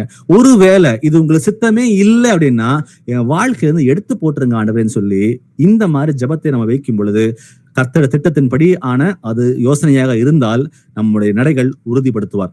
ஒருவேளை அது அவர் திட்டத்துக்குள்ள இல்லை அப்படின்னா அது வந்து என்னது, அதை வந்து விலக்கி விட்டுருவார். ஆனா நம்ம வந்து நடுநிலையாக, ஆண்டவரே இது உங்க சித்தமா தான் செய்யுங்க, இல்லைன்னா செய்யாதீங்கன்னு சொல்லிட்டு நம்ம வந்து அவரை அப்ரோச் பண்ணும் பொழுது நம்ம டிசப்பாயிண்ட் ஆகக்கூடாது. ஒருவேளை நினைச்சது நடந்துச்சுன்னா சந்தோஷம், நடக்காம போச்சுன்னா நம்ம வந்து டிசப்பாயின்மெண்ட்டுக்குள்ள போயிட்டு ஒரு விரக்திக்குள்ள போய் ஒரு அவிசுவாசத்துக்குள்ள போகிற பிள்ளைகளாக இல்லாம எல்லாவற்றையும் கம்ப்ளீட் சரண்டருக்குள்ள வரணும், அவருக்குள்ள கொண்டு போகணும்னு சொல்லி அவர் சொல்லுகிறார். அப்போ பிளான் பண்றது தப்பு இல்லை, ஆனால் அந்த பிளானை வந்து கர்த்தரிடம் ஒப்பு கொடுத்துட்டு அவருக்கு பிரியமா இருந்தா, இஃப் லார்ட் வில்ஸ், கர்த்தருக்கு சித்தமானால் இது நடக்கட்டும் அப்படின்னு ஒப்பு கொடுத்து நம்ம கால்காடி எடுத்து வைக்கும் பொழுது அவருக்கு எது பிரியமோ அது நம்ம வாழ்க்கையில் நடப்பிக்கப்படும்.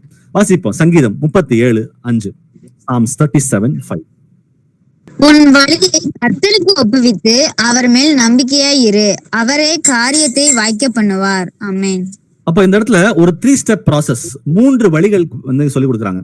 அப்போ நமக்கு பிடிச்சது, கர்த்தருக்கு பிடிச்சது நம்ம வாழ்க்கையில் நடப்பிக்கப்படணும் அப்படின்னா 3 காரியங்கள் இந்த வசனத்துல நம்ம பார்க்கிறோம். 1, உன் வழியை கர்த்தருக்கு முதல்ல ஒப்புவிக்க வேண்டும். 2வது, அவர் மேல் நம்பிக்கையா இருக்க வேண்டும். 3வது, அவரே காரியத்தை வாக்கிய பண்ணுவார். 3வது நம்ம கண்ட்ரோல் இல்ல, 3வது கர்த்தர் நடப்பிக்கிற காரியமாக இருக்குது. ஆனா 2 விஷயம் நம்ம கண்ட்ரோல் இருக்கு. 1, நம்ம செய்கிற எல்லா விஷயத்தையும் அவரிடம் ஒப்பு கொடுக்க வேண்டும். ஒப்பு கொடுத்து விட்டு அவர் எது செய்தாலும் அது சரியாதான் செய்வார் என்ற நம்பிக்கை நமக்கு வந்து முழு நிச்சயமாக இருக்கணும்.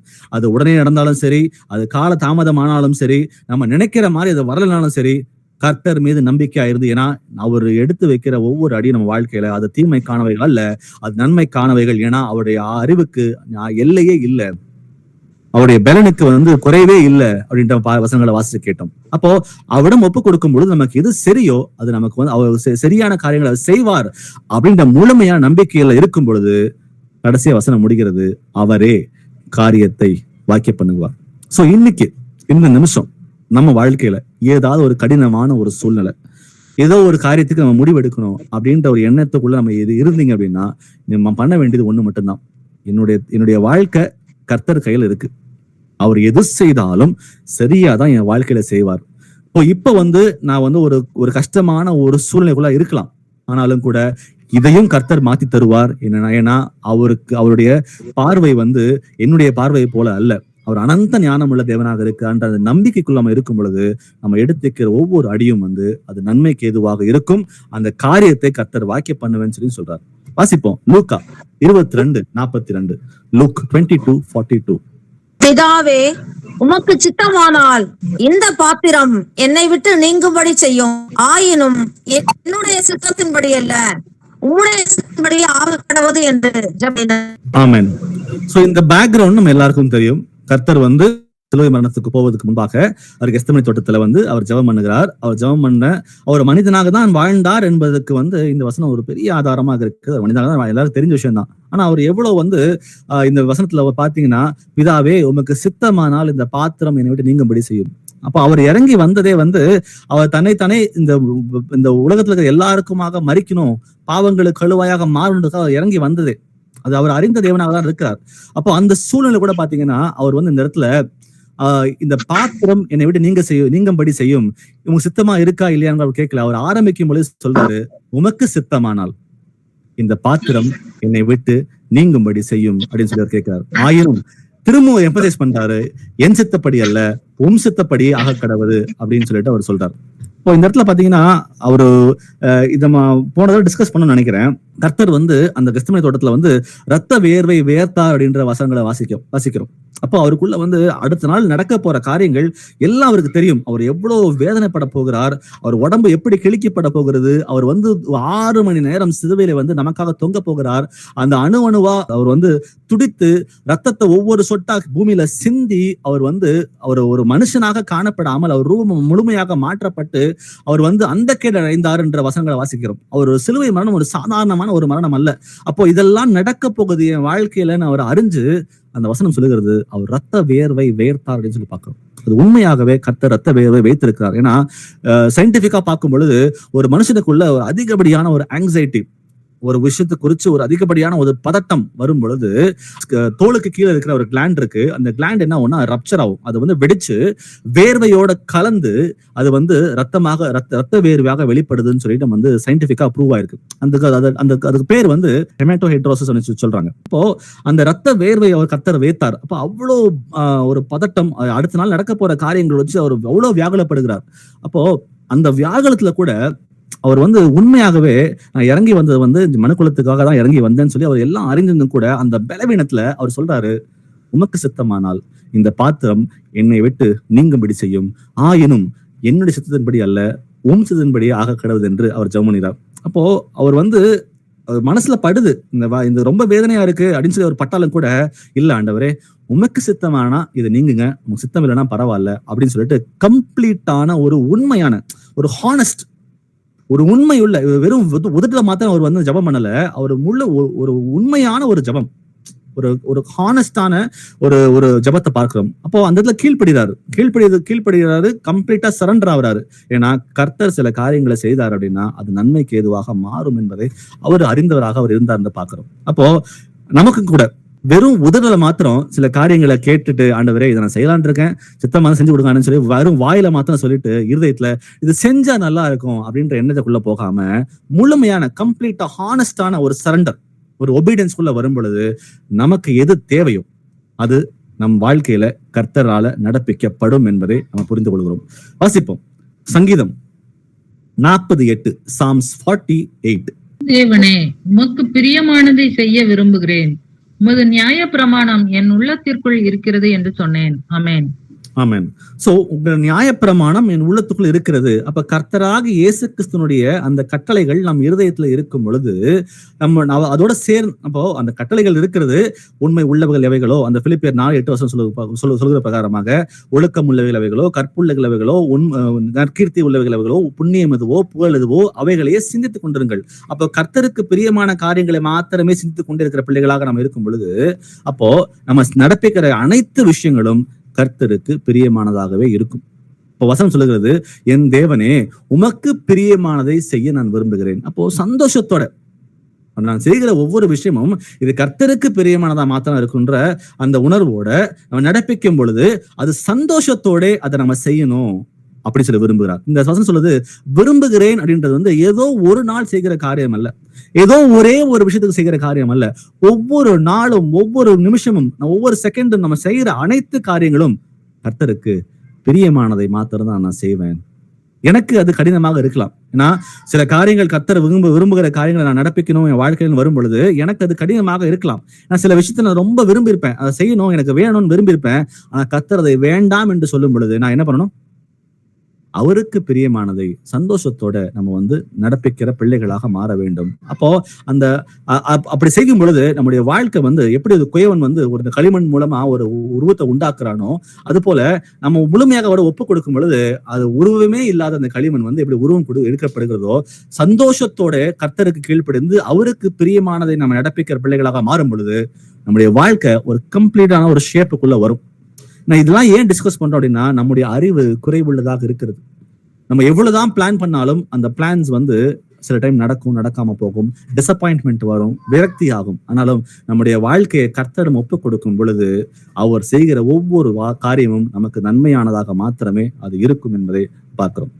மூன்றாவதா பார்க்க போற தலைப்பு, கண்ணுக்கு எட்டாத, நம்ம கண்களுக்கு முன்பாக நம்ம சில காரியங்களை பார்க்கல. சில திட்டங்கள் இருக்கிறது, கர்த்தருக்கு சில திட்டங்கள் வைத்திருக்கிறார். ஆனா நம்ம கண்களுக்கு அது புலப்படல. ஆனாலும் கூட அந்த திட்டங்கள் கண்டிப்பாக நடக்கும். அவர் துவங்கின காரியத்தை அவர் முடித்து தீர்க்கிற தேவனாக இருக்கிறார். அப்போ அந்த கர்த்தர் நம் வாழ்க்கையில வைத்திருக்கிற திட்டத்தின் மேல ஒரு முழுமையான நம்பிக்கைக்குள்ள நம்ம வரணும். அவர் செஞ்சா சரியாதான் இருக்கும் அப்படின்றத நம்ம வந்து உணர்ந்த பிள்ளைகளாக அதை ஏற்றுக்கொண்டு நடக்கணும்னு சொல்லி பார்க்கிறோம்.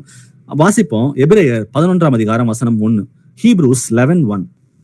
விசுவாசமானது நம்பப்படுகிறவைகளின் உறுதியும் காணப்படாதவைகளின் நிச்சயமாய் இருக்கிறது. ஆமென். சம்டைம்ஸ் வந்து கர்த்தர் நம்ம வாழ்க்கையில வச்சிருக்கிற பிளான்ஸை பார்த்து டவுட்ஸ் வரும் நமக்கு. இதெல்லாம் நடக்குமா, இதெல்லாம் சாத்தியமா, இதெல்லாம் வந்து கேட்க நல்லா இருக்குது, நடைமுறைக்கெல்லாம் வராது அப்படின்னு சொல்லிட்டு என்ன பண்ணுவோம், கர்த்தர் மேலேயே சில டைம் வந்து டவுட்ஸ்குள்ள வரதுக்கு நிறைய வாய்ப்புகள் இருக்குது. ஆனா நம்ம மனுஷனாக்குற எப்படின்னு பாத்தீங்கன்னா, ஒரு காரியத்தை துவக்கணும்னா அதை உடனே முடிக்கணும். பொறுமை எல்லாம் இல்ல. ஆரம்பிச்சோம்னா டக்குன்னு வேலையை முடிச்சோமா, அடுத்த வேலையை பார்த்தோமா, இன்ஸ்டன்டான ஒரு ரிசல்ட். இது மனுஷனுடைய இயல்பாக இருக்கிறது. ஆனா நம்ம வேகத்துக்கெல்லாம் கர்த்தர் வேலை செய்ய மாட்டார். அவர் சில திட்டங்களை வைத்திருக்கிறார்.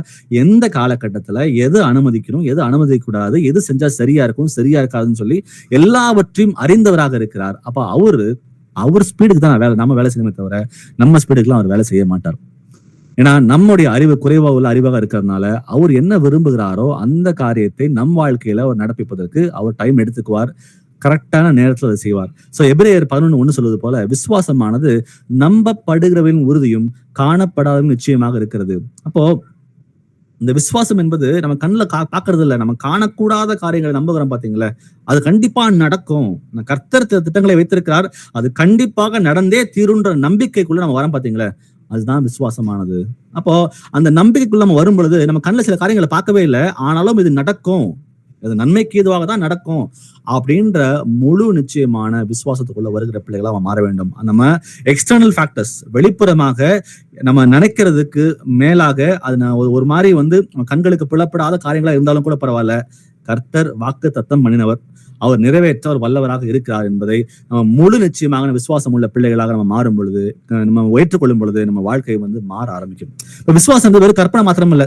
சோ இது ஆண்டவர் சொல்லியிருக்காரு, இது நடக்கும் அப்படின்னு நினைக்கிறேன் அப்படின்ற மாதிரி ஒரு கற்பனைக்குள்ள மட்டும் போகாம, கர்த்தர் இதை சொல்லிட்டார், சொன்னா அதை அவர் செய்வார். ஏன்னா அவர் வாக்கு தத்தம் உண்மை உள்ளது, அவருடைய வசனங்கள் வானங்கள் நிலைத்திருக்கிறது, அவர் சொன்னா அதை செய்யாம போக மாட்டாருன்ற அந்த முழு நிச்சயமான அந்த நம்பிக்கைக்குள்ள நம்ம இருக்கிற பிள்ளைகளாக இருக்கணும். அதுதான் விசுவாசமானது நம்பப்படுகிற உறுதியும் காணப்படாத நிச்சயமாக இருக்கிறது. ஏன்னா சில டைம் சரி ஒரு பிளான் சொல்றாரு கர்த்தர், பார்ப்போம் நடக்குதா நடக்கலையா, இப்படி நடக்குமா அப்படி நடக்குமா சொல்லி ஒரு கற்பனைக்குள்ள நம்ம இல்லாம அவர் சொன்னா செய்வார் என்ற அந்த முழு நிச்சயமான நம்பிக்கைக்குள்ள இருக்கிற பிள்ளைகளாம மாறணும். வாசிப்போம் 2 கொரிந்தியர்ல 5ஆம் அதிகாரம் வசனம் 6. 2 Corinthians 5:6. நாம் தரிசித்து நடவாமல் விசுவாசித்து நடக்கிறோம். ஆமென். ஆமென். அப்போ கண்ணால காணல, ஆனாலும் கூட இது நடக்கும் என்பதை நாம விசுவாசிக்கிற பிள்ளைகளாக இருக்க வேண்டும். அப்படின்னா நம்ம கம்ப்ளீட்டா கர்த்தருடைய ஆளுகைக்குள்ள வரணும். அன்றாட வாழ்க்கையில நம்ம செய்கிற எல்லா காரியங்களும் ஆண்டவரிடம் ஒப்பு கொடுத்து விட்டு, இது கர்த்தருக்கு சித்தமானது, நன்மையானது, என் வாழ்க்கையில நடக்கும் அப்படின்னு விசுவாசத்தோட நம்ம இருக்கும் பொழுது நம்முடைய வாழ்க்கை கர்த்தரிடம் கரத்துல இருக்கும் என்பதை பார்க்கிறோம். சோ கண்ணு சொல்றதை மாத்திரம் கேட்டு அதை மாத்திரம் புரிஞ்சுக்கிட்டு அதை மாத்திரம் நம்புகிற பிள்ளைகளாம இல்லாம நம்ம தரிசித்து நடவாமல் விசுவாசித்து நடக்குகிற பிள்ளைகளாக நம்ம இருக்கிறோம். அப்போ ரோடு நம்ம ஒரு இடத்துக்கு போகிறோம், இந்த ரோடு தெளிவே இல்லை ரோட்ல போயிட்டு இருக்கோம், ஆனாலும் கூட நம்ம கர்த்தர் என்னை கரெக்டா கூட்டிட்டு போவாரு அந்த இடத்துக்கு அப்படின்னு நம்பி எடுத்து வைக்கிற ஒவ்வொரு அடியும் கரெக்டா அந்த டெஸ்டினேஷன் கர்த்தர் எங்க கூட்டு போய் நிறுத்த விரும்புகிறாரோ அந்த இடத்துக்கு நம்மால போய் சேர முடியும். அப்போ கர்த்தர் மீது முழுமையான நம்பிக்கை வைக்கும் பொழுது அதை நம்ம பெற்றுக்கொண்டோம், நம்ம என்ன வாக்குத்தத்தம் பண்ணி வச்சிருக்கிறோம் எனக்கு அதை ஆல்ரெடி பெற்றுக்கிட்டேன்ற அந்த விசுவாசத்தோட நடக்கிற பிள்ளைகளாக நம்ம மாறணும். வாசிப்போம் சங்கீதம் 32:8. Psalms 32:8. நான் உனக்கு போதித்து நீ நடக்க வேண்டிய வழியை உனக்கு காட்டுவேன், உன்மேல் என் கண்ணை வைத்து உனக்கு ஆலோசனை சொல்லுவேன். ஆமென். ஆமென். இந்த வசனத்தை பாருங்க, ரொம்ப பர்சனலைஸ்டு, எனக்காகவும் உங்களுக்காகவும் எழுதப்பட்ட வசனம்னு நீங்க எடுத்துக்கங்க. ஏன்னா அவர் சொல்றாரு, நான் உனக்கு போதிக்கிறேன். நமக்கு போதிக்க வேண்டியது யாருமே இல்லை, யாரோ ஒரு ரொம்ப அறிவு நிறைந்த ஒரு மனுஷனோ நமக்கெல்லாம் போதிக்க தேவையில்லை. நானும் உட்காந்து யோசிச்சு எதுவும் பிளான் பண்ண தேவையே இல்லை. அவரு கர்த்தரே சொல்றாரு, தேவாதி தேவன் ராஜாதி ராஜாவே சொல்றாரு, நான் உனக்கு போதிக்கிறேன், நீ நடக்க வேண்டிய வழி உனக்கு காட்டுவேன்னு சொல்லி பர்சனலைஸ்டா. இப்ப இன்னைக்கெல்லாம் பிசினஸ்லாம் எடுத்து பார்த்து வச்சுங்களேன், எனக்கு பெரிய கம்பெனிஸ்லாம் ஒரு பிரான்சைசி மாடல் விடுறாங்க. அந்த என்ன மாடல் என்ன சொல்லுது, நீங்க பணத்தை மட்டும் கொடுங்கப்பா, நீங்க எந்த கடை போடணும், உள்ள இன்டீரியர் எவ்வளவு போடணும், எத்தனை நாள் நீ பணத்தை எடுக்கலாம், எந்த ஸ்ட்ராட்டஜி யூஸ் பண்ணினா கஸ்டமர்ஸ் வருவாங்கன்னு சொல்லிட்டு ஒரு கம்ப்ளீட்டான ஒரு ப்ளூ பிரிண்ட் ஒரு பிளான் போட்டு என்ன கொடுக்குறாங்க. கொடுத்ததுக்கு அப்புறம் கையை பிடிச்சுக்கிட்டு அந்த பணத்தை எடுக்கிற வரைக்கும் அவங்க உதவி செஞ்சு என்ன பண்றாங்கன்னா அந்த சக்சஸ் கொண்டு வராங்க. அது உலக பிரகாரமா நடக்கிற காரியமாக இருக்கு. இங்க பாத்தீங்கன்னா கர்த்தர் அதே போல சொல்றாரு, நான் உனக்கு போதிக்கிறேன், நீ நடக்க வேண்டிய வழியை நானே உனக்கு காட்டுறேன், உன் கண்ணை என்மேல் வைத்து உனக்கு ஆலோசனை சொல்வேன் அப்படின்றாரு. அப்போ கம்ப்ளீட்டா ஒரு பர்சனல் கைடன்ஸ் கொடுக்குறாரு. அவர் சட்டையில கீழே மறைத்து அவனை பாதுகாக்கிறேன்னு சொல்லி சொல்றாரு பாத்தீங்களா. அதெல்லாம் சாதாரணமான காரியம் இல்ல, அது உண்மையான ஒரு விஷயங்கள் புரிஞ்சுக்கணும். அப்போ ஆரம்பத்துக்கே திரும்ப போவோம். ஐசையா 50 வாசனை பாத்தீங்களா, என் நினைவுகள் வேறு உன் நினைவுகள் வேறு, அவர் சொல்றாரு, நம்முடைய வாழ்க்கைக்கு ஒரு திட்டம் இருக்கிறது, அது வானம் பரியந்தம் இருக்கு, நம்ம அறிவுக்கு எட்டாது, அது புலப்படாது. ஆனாலும் கூட கர்த்தர் எது செய்தாலும் அது நன்மையானதாக தான் செய்வார் என் வாழ்க்கையில நம்பி, அவர் என் பர்சனலா எனக்கு ஒரு மென்டரா இருக்காரு. நான் செய்கிற காரியங்கள் எல்லாவற்றிலும் எது சரி எது தவறுன்னு சொல்லி அவர் ஒவ்வொரு நாளும் சொல்லி கொடுத்துட்டு எனக்கு ஒவ்வொரு நாளும் நான் ஷேப் பண்றாருன்ற அந்த விசுவாசத்துக்குள்ள வரணும் அப்படின்னு சொல்லி கர்த்தர் நமக்கு சொல்றாரு. அவர் ரொம்ப தூரத்துல இல்ல. அட்லீஸ்ட் பழைய ஏற்பாடுல பாத்தீங்கன்னா எல்லார்ட்டையும் அவர் இல்லாம சில பேர் மட்டும் இருந்தார். ஆனா இன்னைக்கு அவர் விசுவாசிக்கிற எல்லாரும் கூடயும் தேவனுடைய ஆவியானவர், தேவன் மாம்சத்திலே வெளிப்பட்டார், நமக்காக மரித்தார், உயிர்த்தார்னு விசுவாசிக்கிறோம். அதே போல இன்னைக்கு நமக்குள்ள பரிசுத்த ஆவியானவராக தேவனுடைய பரிசுத்த ஆவியானவரே நம்முடைய கூட இருந்து ஒவ்வொரு அடியும் நம்ம எடுத்து வைக்கும் பொழுது நமக்கு உதவி செய்கிறவராக இருக்கிறார் என்று இந்த வசனங்கள் நமக்கு உறுதிப்படுத்துகிறது. ஏசாயா 42 வசனம் 16 வாசிக்கலாம். ஐசாயா 42:16. குருடரை அவர்கள் அறியாத வழியிலே நடத்தி அவர்களுக்கு தெரியாத பாதைகளில் அவர்களை அழைத்து கொண்டு வந்து அவர்களுக்கு முன்பாக இருளை வெளிச்சமும் கோணலை செம்மையும் ஆக்குவேன். இந்த காரியங்களை நான் அவர்களுக்கு செய்து அவர்களை கைவிடாதிருப்பேன். ஆமென். இப்போ நம்ம எடுத்து வைக்கிற பாதை நமக்கு தெரியாம இருக்கலாம். நம்ம எங்க போறோம், நம்ம டெஸ்டினி என்ன நமக்கு தெரியாம, ஏன்னா மனுஷனுக்கு தெரியாது அடுத்த காரியங்கள் நடக்க போகுதுன்னு சொல்லிட்டு. ஆனா கர்த்தர் சொல்றாரு, குருடரை அவர்கள் அறியாத வழியிலே நடத்தி, ஆவியில குருடரா இருக்கிறவர்களை பிள்ளைகளை பார்த்து அவர்களுக்கு தெரியாத பாதைகளை அவர்களை அழைத்து கொண்டு வந்து அவர்களுக்கு முன்பாக இருளை வெளிச்சமும் கோணலை செவ்வையுமாக்குவேன். இந்த காரியங்களை நான் அவர்களுக்கு செய்து அவர்களை கைவிடாதிருப்பேன். அப்போ நம்ம வாழ்க்கையில ஒரு இருளடைந்த ஒரு சூழ்நிலை கூட இருக்கலாம் இன்னைக்கு. ஆனா அந்த சூழ்நிலையை கர்த்தர் நமக்கு இருளா இருக்கலாம், ஆனா அவருக்கு வழி தெரியும். அவாந்திர வழியில வழியிலே உண்டாக்குவ தேவனாக இருக்கிறார். அப்ப கரடான பாதையில செவ்வையான பாதைகளாக மாத்துகிற தேவனாக இருக்கிறார். அப்போ அப்பேற்பட்ட தேவன் சொல்றாரு இந்த இடத்துல, நீ கவலைப்படாத, எனக்கு நீ எங்க போய் சேருவன்னு எனக்கு தெரியும். நீ ஒண்ணு மட்டும் பண்ணு, என்ன மட்டும் சார்ந்தரு. நீ உன் சுய புத்தியின் மேல் சாராத. அப்போ நம்ம ரொம்ப வீக்கா ஹெல்ப்லெஸ்ஸா, நமக்கு உதவி இல்ல, எனக்கு உதவி செய்ய யாருமே இல்ல, என் வாழ்க்கை முடிஞ்சது அப்படின்ற மாதிரி எண்ணங்களுக்குள்ள வந்தாலும் கூட பரவாயில்ல, அந்த இடத்துல இருந்து கர்த்தர் மாற்றி கொண்டு வரத்துக்கு அவர் வல்லமையுள்ள தேவனாக அவர் இருக்கிறார். ஏசாயா 42:16 குருடரை அவர்கள் அறியாத வழியிலே நடத்தி அவர்களுக்கு தெரியாத பாதைகளை அவர்கள் அழைத்து கொண்டு வந்து அவர்களுக்கு முன்பாக இருளை வெளிச்சமும் கோணலை செவ்வையுமாக்குவேன். இந்த காரியங்களை நான் அவர்களுக்கு செய்து அவர்களை கைவிடாதிருப்பேன். ரொம்ப முக்கியமா இந்த மாதிரி பிரசங்கங்களை நம்ம கேட்டிருக்கலாம். இந்த வசனங்களை பழைய சபைகள்ல இருந்து நம்ம கேட்டிருக்கலாம். ஆனா இந்த வசனம் நம்ம வாழ்க்கையில ஃபுல்ஃபில் ஆகணும் அப்படின்னா சில கண்டிஷன்ஸ் இருக்கு. அந்த கண்டிஷன்ஸ் தான் ஆரம்பத்துல நம்ம 2 விஷயங்கள் பார்த்தோம். ஒண்ணு, அவர் அனந்த ஞானத்துக்குள்ள முழுமையான விசுவாசத்தை வைக்கிற பிள்ளைகளாக நாம் இருக்கணும். நம்ம செய்கிற ஒவ்வொரு காரியத்திலையும் கர்த்தரிடம் ஒப்பு கொடுத்து விட்டு அவருக்கு பிரியமானதை மாத்திரம்தான் என் வாழ்க்கையில செய்வென்ற அந்த நம்பிக்கைக்குள்ள நம்ம எல்லாரும் வரணும். அதே போல 3வது பார்த்துக்கிட்டு இருக்கிறது, கண்ணுக்கு எட்டாத, கண்ணுக்கே புலப்படாத சில காரியங்கள் நம்ம இருக்கு நம்ம வாழ்க்கையில. ஏன்னா அது இன்னும் நமக்கு ஓப்பன் ஆகல. கர்த்தர் திட்டம் வைத்திருக்கிறார், நமக்கு அது ஓப்பன் ஆகல. அது ஓப்பன் ஆகிற வரைக்கும் எது நடந்தாலும் கர்த்தர் என் வாழ்க்கையில தீமைக்கானவர்களை செய்ய போறது இல்ல, அது நன்மைக்கானவர்களை மாத்திரமே செய்வார் என்ற அந்த நம்பிக்கைக்குள்ள நம்ம எல்லாரும் வரணும். வாசிப்போம் ஹபக்குக் 2:3. ஹபக்குக் 2:3. குறித்த காலத்துக்கு தரிசனம் இன்னும் வைக்கப்பட்டிருக்கிறது, முடிவிலே அது விளங்கும், அது பொய் சொல்லாது, அது தாமதித்தாலும் அதற்கு காத்திரு, அது நிச்சயமாய் வரும், அது தாமதிப்பதில்லை. ஆமேன். ஆமென். குறித்த காலத்தில் தரிசனம் இன்னும் வைக்கப்பட்டிருக்கிறது, முடிவில் அது விளங்கும், அது பொய் சொல்லாது, அது தாமதித்தாலும் அது காத்திரு. அப்போ கர்த்தருக்குன்னு ஒரு டைம் இருக்கு. அவர் வாக்குத்தத்தங்கள் கிறிஸ்துவுக்குள் நமக்கு எல்லாம் ஆமென்றும் ஆமென் என்றும் இருக்கிறது. அப்போ நமக்கு சில காரியங்களை நம்ம பிளான் பண்றோம், அதை கர்த்தர் சித்தமானால் நடக்கட்டும் சொல்லி ஒப்பு கொடுக்கிறோம். ஆனா நம்ம எதிர்பார்க்கறது இன்ஸ்டன்டான ஒரு ரிசல்ட், இமீடியட்டா நடக்கணும், உடனே நடக்கணும்னு பாக்குறோம். ஆனா அப்படி அல்ல. அவர் சொல்லுகிறாரு, தரிசனம் இன்னும் வைக்கப்பட்டிருக்கிறது, முடிவிலே அது விளங்கும், அது பொய் சொல்லாது, அது தாமதித்தாலும் அதற்கு காத்திரு, அது நிச்சயமாக வரும், அது தாமதிப்பது இல்லை. நமக்கு அது ஸ்லோவா இருக்கலாம், ஆனாலும் அது வருகிறது. அப்போ இந்த நேரத்துல நம்ம சில காரியங்களை கர்த்தரிடம் ஒப்பு கொடுக்கிறோம், அவர் செய்வார்னு விசுவாசிக்கிறோம். அது நடைமுறைக்கு வருகிற அந்த காலகட்டம் வரைக்கும் நமக்கு தேவையானது பொறுமை. பொறுமையோட இருந்து கண்ணுக்கு புலப்படாத சில காரியங்கள் இருக்கு பாத்தீங்களா, அதை சுதந்திரித்துக் கொள்ள வேண்டும் என்றால் நமக்கு தேவை இந்த இடத்துல பொறுமை. பொறுமையோட இருந்து கர்த்தர் நன்மையான காரியங்களை வாழ்க்கையில் நடப்பிப்பார். ஏன்னா அவர் வார்த்தை சொன்னா அது வாக்கு மாறாத தேவன்.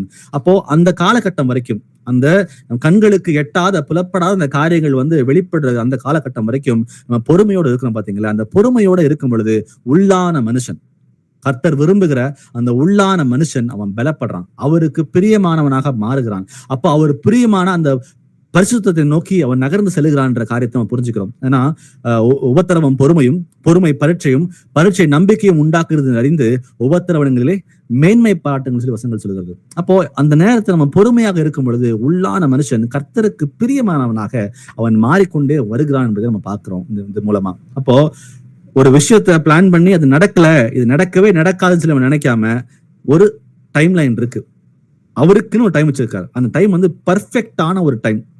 அந்த டைம்ல அந்த காரியத்தை நடப்பிப்பார். அதனால வந்து பதட்டப்படாம, ஆங்ஸைட்டிக்குள்ள போகாம அமைதியோட காத்திருக்கிற பிள்ளைகளாக இருக்கணும்னு சொல்லி பார்க்கிறோம். யோவான் 3ஆம் அதிகாரம் வசனம் 8, லாஸ்ட் வசனத்தோட நிறைவு செய்துக்கலாம். யோவான் 3:8. காற்றானது தனக்கு இஷ்டமான இடத்திலே வீசுகிறது, அதன் சத்தத்தை கேட்கிறாய், ஆகிலும் அது இன்ன இடத்திலிருந்து வருகிறதென்றும் இன்ன இடத்துக்கு போகிறதென்றும் உனக்கு தெரியாது. ஆவியினால் பிறந்தவன் எவனோ அவனும் அப்படியே இருக்கிறான் என்றார். ஆமென். சோ காற்று வீசுகிறது, அந்த காற்று வீசுகிறத வந்து எங்க இருந்து வருது எங்க இருந்து போகுது நமக்கு தெரியல, ஆனா உணர்கிறோம்.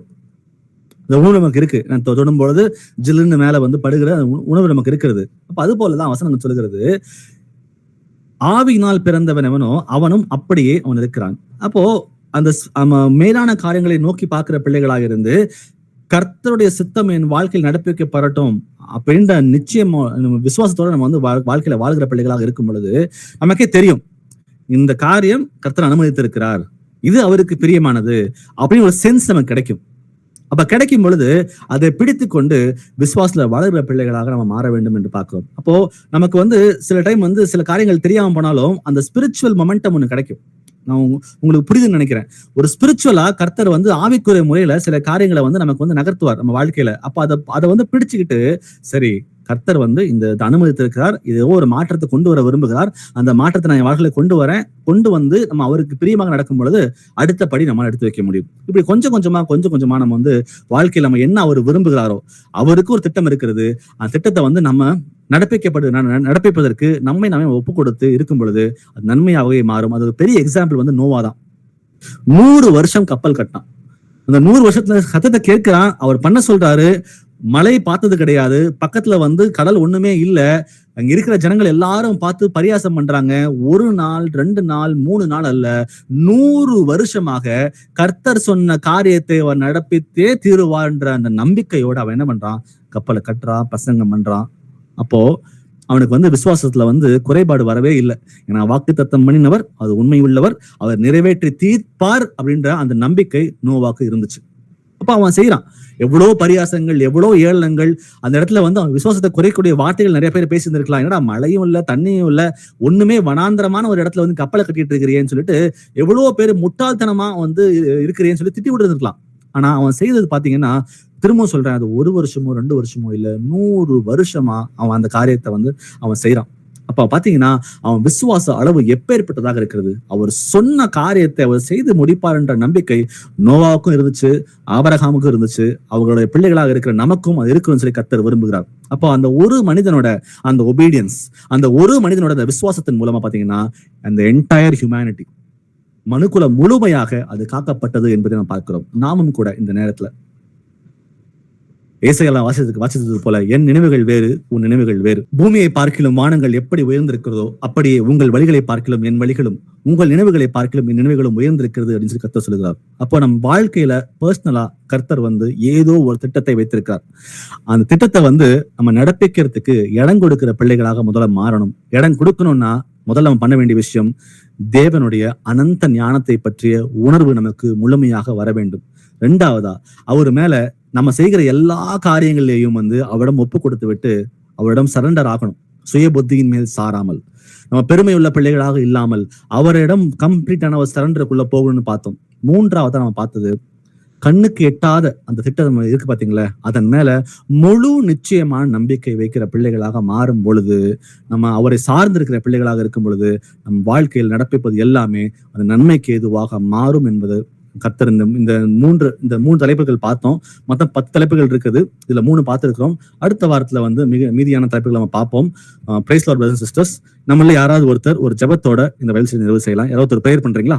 ಸ್ತೋತ್ರ ಏಸಪ್ಪ, ರಾಜಾದಿ ರಾಜನೇ, தேவாதி தேவனே, சர்வ வல்லுள்ள தேவனே, ஜீவாதிபதியே, ஜீவிக்கின்ற தேவனே, அப்பா உம்மை போற்றுகிற வணங்குற துதிக்கிற சுவாமி, உனக்கு நன்றி செலுத்துகிற ஏசப்பா. நீர் அன்புள்ளவர் சுவாமி, இரக்கமுள்ளவரே, நீடிய பொறுமுள்ளவரே, தயவுள்ளவரே ஏசப்பா, உனக்கு நன்றி ராஜா. அப்பா அழகா இந்த ஏசப்பா ராஜா இந்த பைபிள் ஸ்டடி ஏசப்பா எங்களுக்கு நீர் கொடுத்த கிருபைக்காக நன்றியோடு நம்ம துதிக்கிறோம், ஸ்தோத்திரிக்கிற சுவாமி. ஆண்டவரே ஏசப்பா, ஒவ்வொரு டாபிக்கும் ஏசப்பா ராஜா ஏசப்பா எங்களை உள்ளத்துல ஏசப்பா ராஜா நாங்க ஆராய்ந்து பாக்குறப்ப இல்லையா, எங்களை தயவு செஞ்சு நீர் மாற்றுங்க சுவாமி. ஆம் தகப்பனே, முதலாவது சுவாமி ஏசப்பா ராஜா ஆகியன்றே நீர் அனந்த ஞானம் உள்ளவர்னு சொல்லி ஏசப்பா ராஜா நாங்க முழுவதும் நாங்க அறிறோம் சுவாமி. ஆம் தகப்பனே, நீ சொன்னா அது அப்படியே ஆகும், நீ சொன்னா நிக்கும் ஆண்டவரே ஏசப்பா ராஜா. நீங்க சொன்னா அன்றே நீங்க கட்டளையிட்டா அது அப்படியே ஆகும் தகப்பனே ஏசப்பா ராஜாதி ராஜனே ஏசப்பா. நாங்க எங்களுடைய எல்லா வேலையும் ஏசப்பா ராஜா உங்களுக்கு நாங்க சப்மிட் பண்ணி ஏசப்பா நாங்க நடக்கிற பிள்ளைங்களா எங்களை மாற்றுங்க, எங்களை பலப்படுத்துங்க ராஜா. எல்லாம் உங்களுடைய சுத்தத்து போல நாங்க நடக்கணும் ராஜா. எங்களுடைய பெருமை எல்லாத்தையும் ஏசு கிறிஸ்து மகாபரிசுத்தமான ஒரே நாமத்துல ஏசப்பா ராஜா ஏசப்பா என்று நாங்க எங்களை விட்டு அகற்றி போடுறான் ஆண்டவரே ஏசப்பா ராஜாதி ராஜனே. எங்களுக்குள்ள தாழ்மையை கொடுங்க ராஜா ஏசப்பா. உங்களை போல அந்த தாழ்ந்த குணம் அன்றே ஏசப்பா ராஜா, அந்த குணத்தோட நாங்க வாழ்ற பிள்ளைங்களா எங்களை மாற்றுங்க, எங்களை பலப்படுத்துங்க ராஜா.